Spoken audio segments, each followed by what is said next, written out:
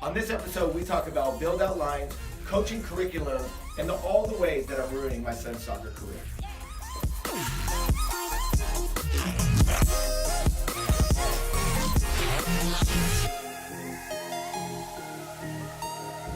What's up, everybody? This is Ray Sanders. This is episode number 12 of Coach Knows Best. So we are back at it. We're going to try and do a new format basically starting next week. So we wanted to produce a show or bring a show or whatever every single Wednesday. Now what we're going to do is every week we're going to do 2 shows. We're going to try and find one guest, and then I'll do one solo show each week doing something very basic. So our last show, we had Matt on it, so we're launching that today. We'll see how that goes, but we're filming the next one to get everything ready. So this is what happens when we have the producer Reagan Sanders. She's in the house today. So that's what happens. I said, don't kick the table. I literally said, don't kick the table. You already did it. We just started. I have 4 of my larvae here, my offspring, 4 of my 6 children came in today. They have no school, which I'm trying to make socially awkward children anyway, so we homeschool. So we wouldn't have had school anyways. So they're here. They wanted to see what happens, right, Johnny? Johnny 5. So let me know if you guys remember what Johnny 5 was. Johnny 5 is alive. I've tried to tell him that 1,000 times, and he keeps telling me how he's 6 years old and not 5.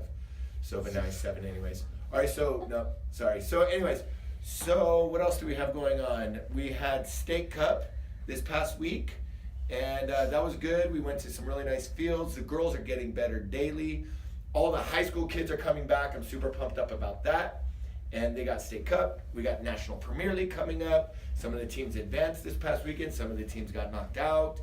I think that's pretty much it. So over the weekend, we were talking about doing some type of like regular reality show type of a thing.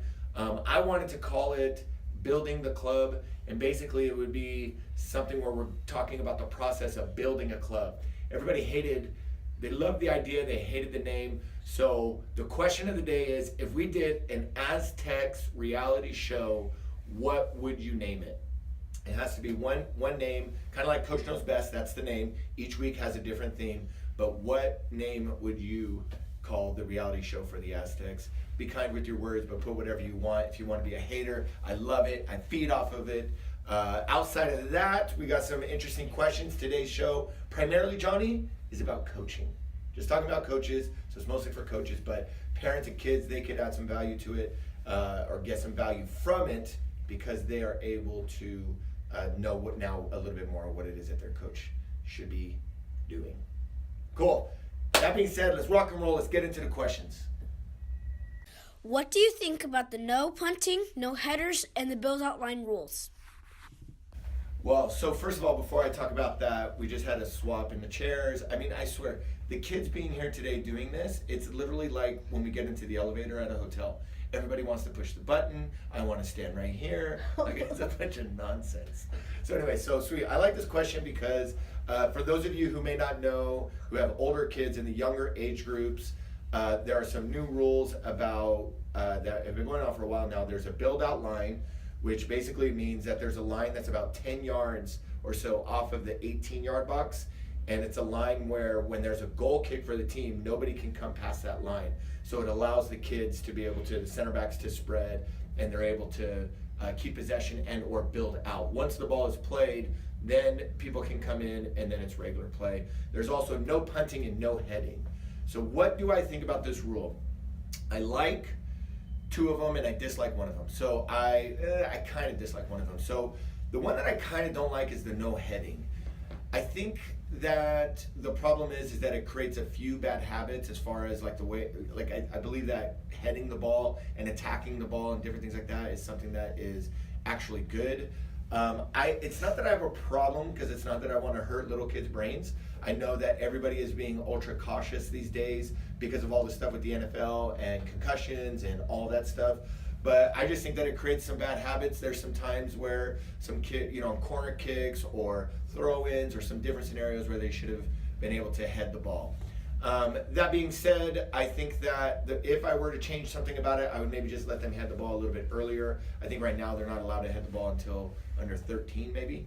And that just seems, I guess, to me a little bit too old. But I like it. I mean, I obviously want to secure everybody's brains. What we should do instead is allow them to head it, and everybody should wear like those little helmet-looking thingies, and so that they could protect their heads. I don't know. I'd actually really be in favor of that before I'd say no heading straight up, even though it's kind of dorky. But you know, I would be the one that would say it's dorky, and like my forehead is permanently lopsided from hitting the ball. So anyway, what else? Also, no punting. I like that and the build out line. The reason why I like these two things is because you could have a little kid that could punt the ball the full length of the field, and the fields are so small that they're just punting it back and forth, and so there's no benefit to that. So I like it to force the goalkeeper to be able to play with his feet and distribute the ball. Really, soccer these days more than ever before, 11 players attack, 11 players defend. So goalkeepers need to know how to be able to play the ball with their feet. And so I like that. The second thing though, with the build out line, I like it a lot because it's really forcing the kids to be able to build out. But where I like this even more, in a sense, theoretically, is that it's forcing the coach to actually coach. It's literally forcing the coach to be able to coach. When I've watched this, you can tell what good coaches there are and what bad coaches are. Because what basically all they're doing for some bad coaches is they're passing the ball to the player that's out wide. So the kid that would, in other words, normally take the goal kick and just kick it long, he'll pass it and then he'll kick it long. So all he's doing is changing the dynamics a little bit. That to me is not the best coach. The coach that is actually forcing the kids to get wide, maybe teaching the center midfielder to be able to come back and receive the ball and having a lot of movement, the second and the third and the fourth pass, you can kind of see it. So I like the build out line. It's forcing the kids to get better, but above all that, it's magnifying the coaches that are good and bad as far as this goes. So that's what I think about the rules. I think that what I do also like is that they eliminate some of these rules very quickly. So the build out line is done by the time that they go 9-on-9, and the punting rule as well. So it's good. It's a temporary thing, and then it changes. It forces good development. What do you think about coaches' curriculum? So the reason why I brought this question up, tonight we have a coaches meeting for our club, and we're going to be talking a little bit about this, and it's interesting. When I've gone to like coaching courses, sometimes what you end up having is you have the, like, people will outwardly express this, that they went to that coaching course to learn new drills, right? So I don't know if people understand that the amount of resources that are out there today in terms of what drills, just doing straight drills, is abundant. Like, you can buy something for $50 and get over 1,000 drills from it. So drills is not the problem. There's no magical drill. The magical drill of what Barcelona, Real Madrid, or Seattle Sounders, or LA Galaxy is doing within their academies is nothing special. It is nothing different than what you would maybe find on any type of American soil, right? American training session. That is good. The difference is what they are doing from week to week. The problem is not, as I've grown, because I was like that too. So as I have grown as a coach, I have come to realize that it is primarily, one of the most important things is having a plan, being prepared, and sticking within a theme. The issue that I see with most coaches when I go and watch their training sessions is one session they might be working on some aspect of keeping possession, and so for 45 minutes they'll do possession, and then for 45 minutes they're doing some passing. Then the very next practice, they're working on some defensive concepts and then finishing. And then the next practice, they're working on possession and doing a bunch of fitness. And then the next practice, they're working on how to defend corners and counterattacking. So here, the problem is that here it is that you end up having just these random reactionary practices that are not actually building upon another, and kids aren't actually learning. What I call that is exercise with the soccer ball. That's really what it is. If you got scored on, this is my opinion, this is one man's opinion. I want to create a segment, by the way, that's called One Man's Opinion, right? Just like a 5-minute rant. Anyways, so one man's opinion, I think, and anywhere within youth soccer, that you should not be spending time working on something based upon a flaw that you saw from the previous weekend. So if you got scored on the previous weekend on corner kicks, 3 corner kicks you got scored on, you don't spend a practice on that. Not in youth soccer. You do that in a pro level, in a college level maybe. Johnny, don't touch the table. Thank you, buddy. You do that at a college level, at a pro level. That's where you do that, because their jobs are on the line. It's all about winning. In youth soccer, it's about development. Does that mean you never work on defending a corner? Yeah, you do at some point, but you don't do it as a reaction to what it is that happened on the weekend. What people need to be doing more and what coaches need to be doing more is worrying less about drills, worrying less about curriculums, and they need to have like an annual plan, a 10-month plan that the Aztecs have established. And we will have segments of the year, nothing less than 2 weeks, nothing more than 6 weeks on one topic. So as an example, building out of the back for 4 weeks, that's what you're working on. Now you can do that in an abundance of different ways. The flow of the game, just playing 7-on-7 or whatever it may be. You can do that in other ways as it pertains to actual drills that work on building out of the back. But the point is that you're doing it over and over and over again.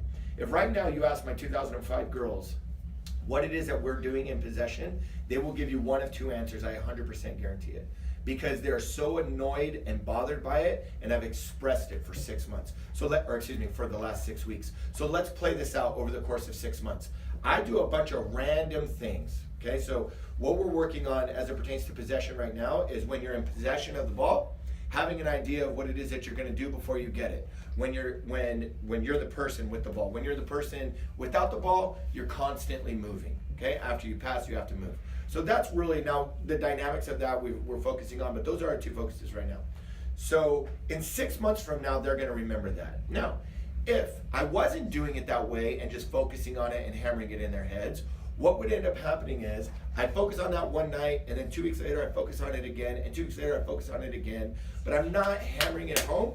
In 6 months from now, I would ask them, what are you supposed to do when you're in possession? They wouldn't be able to really repeat it. Some girls may, some girls won't. So in order to truly be able to develop a player as it pertains to a type of curriculum, you need to be able to hammer certain concepts home, make sure that they at least understand it. Whether they can execute it or do it is different. But then in 6 months, when we're doing poorly and at halftime I need to express something, now I'm able to have that as a point of reference. You have to build. It's not about drills. It is about staying on topic. If your topic for the night is switching the point of attack, you don't yell at somebody about their poor defense because it's just random, right? Stay on topic. Let go of what it is that they're messing up on and just reiterate what it is that's going well. Now, the last thing with that is also something that the Aztecs used to do. We went away from it a little bit because we got sucked into this tactical aspect. But we're going to go back to it now, especially within some of our younger age groups, is the 1,000-touch rule. Okay, so they say that the average soccer player will touch the ball anywhere from 150 to 250 touches in a particular practice. We used to have a rule where you had to touch the ball at least 1,000 times within a practice. We have certain 30 to 45-minute technical warm-ups that what it is that you can do that will make you touch the ball 500 to 750 times. Now, let's break this down. I figured out all of this, did all the math within 50 weeks out of the year. That would be 100 sessions at 2 times a week. If you touch the ball an average of 250 times in a year, that would be 25,000 touches. So if Ray, in 1 year, little Ray, touched the ball 250 times average per practice, in 1 year he touched the ball 25,000 times. If Johnny did the 1,000 touch rule per practice, in 1 year he would touch the ball 100,000 times. So in 2 years, Johnny will touch the ball 200,000. In 2 years, Ray will touch the ball 50,000. It will take Ray 8 years to do what Johnny can do in 2 years. So what we need to make sure that we're developing, we need to make sure that kids are touching the ball more. You don't necessarily need curriculums. You need to let the game be the teacher, and you need to be the guide that is ultimately organizing the circumstances. And so that's what I think about curriculums. I think that they're good. If we were at a more advanced level, pro youth academy, had more resources, etc., I would change my tone a little bit on this. But as it pertains to your run-of-the-mill youth soccer club, Sophie, in the United States of America, I'm spinning all over the place because I'm passionate for the run-of-the-mill youth soccer club. Curriculums aren't the focus. Having a plan should be. What do you think about coaching your own kid? So this is interesting. I have my son here today, whom I coach, little Ray, and I don't like it. I don't like coaching him. I love my son, of course, but I don't actually care for coaching him. We used to have a rule where you couldn't do it. I think that, again, if we had more resources, we would make it a blanket, no matter what, circumstance rule where you're not allowed to coach your kid. And obviously, look, I love to spend time with my kid, but I'll give you some different scenarios of what I've already felt within me coaching him, some things that I've recognized. So there's a one main issue that I have with coaching your kid, which is you're either too hard on your kid. Usually the coaches, you're either too hard on your kid or you're too soft on your kid, right? So you're overcompensating in one way or the other. You're giving your kid the benefit of the doubt and letting them off the hook when you really shouldn't have, or you're critical of them when you wouldn't have been critical of anybody else because that's your kid. So that's one. A second thing though is perception, and people's perception is their reality. And so the hard thing is that if I let little Ray take the PKs, as an example, because I only let one kid on each team usually take the PK, then if it was little Ray, then it's like, well, how come Ray gets to take the PKs? And I'm like, well, I only let one kid take the PK on all teams that I coach. I thought that it should be him, theoretically, right? I would never let him take a PK. But that's kind of the point. Now I'm not favoring him because I don't want anybody to think that I'm being political. So I'm never going to let him be captain. I'm never going to let him take PKs. I'm never going to, unless he stands out to such a degree, which is a challenge to him, but unless he stands out to such a degree, it just doesn't make sense. As an example, not that it doesn't make sense, it's just something that I don't want to do because I don't think that it's deserved. Michael Bradley, as an example, son of Bob Bradley, there was controversy, to my understanding, as it pertains to him when he was a youngster, being allowed to go and train with the New York Red Bulls when his dad was coaching the Red Bulls. I think they were called the Metro Stars at the time, or Chicago Fire. And so he was coaching his son. He brought in his son, and he was favoring him. Those of you who know basketball, Doc Rivers has his son Austin Rivers on the Clippers, and there's controversy within that. So I just think that it's hard. Now, because of the politics and people's perception. Now that worked out maybe for Michael Bradley. That's cool for him, but what about the other guys' careers? And I don't like that. I don't like that politics. So another component of that, though, like I said at the beginning, being too hard or too soft. The other night, we're doing something where intensity is the drill, or intensity is the theme of what it was that we were doing. And Ray was working really hard. Every time that somebody wasn't working hard, I made them go into this particular section, and they had to run with one of our other coaches. And it was like a 30-second run of sprinting, and then they come back and work, right? So everybody at some point on the whole team had to run. On that particular night, I never caught Ray not working. He really did this one thing that was a minimal mistake, and I recognized that he hadn't ran yet, so I made him go run. And it really was undeserved. Anybody else, I wouldn't have made him run. But I made Ray run because basically I just didn't want people to think that I was favoring him. One time I was going to make him captain because he was closest to the coin toss. I didn't let him do it because I didn't want people to think I was favoring him. So I'm being harder on him. When I yell at him, I can tell that his reaction is that as though I were to yell at him at home. I could tell that he's a little bit more standoffish than some of the other kids because of the way that it is. Even though I'm yelling at him as a coach and not necessarily as a dad. I don't know what I have him call me. Does he call me dad? Does he call me coach? Right? So I'm like, dude, you just got to call me coach out here. So there's all these little minimal things. I don't want to give him compliments in front of everybody after a game because I don't want to single him out. But I'll single out one kid who did great in that game. I'll single him out and without hesitation say, look, Bob today played like a beast, played hard, was a leader, led by example, da-da-da-da. If that's Ray, I'll tell him in the car. So these are some of the realities. Now people could be listening to this and be like, that's stupid, you shouldn't be like that. It's no big deal, blah, blah, blah. That's your problem, not everybody else's. If you can't coach, I can coach my kid, and I'm gonna compliment him. And guess what? Now you might be the one that is getting accused of showing favoritism. Maybe you're subconsciously getting drawn into it.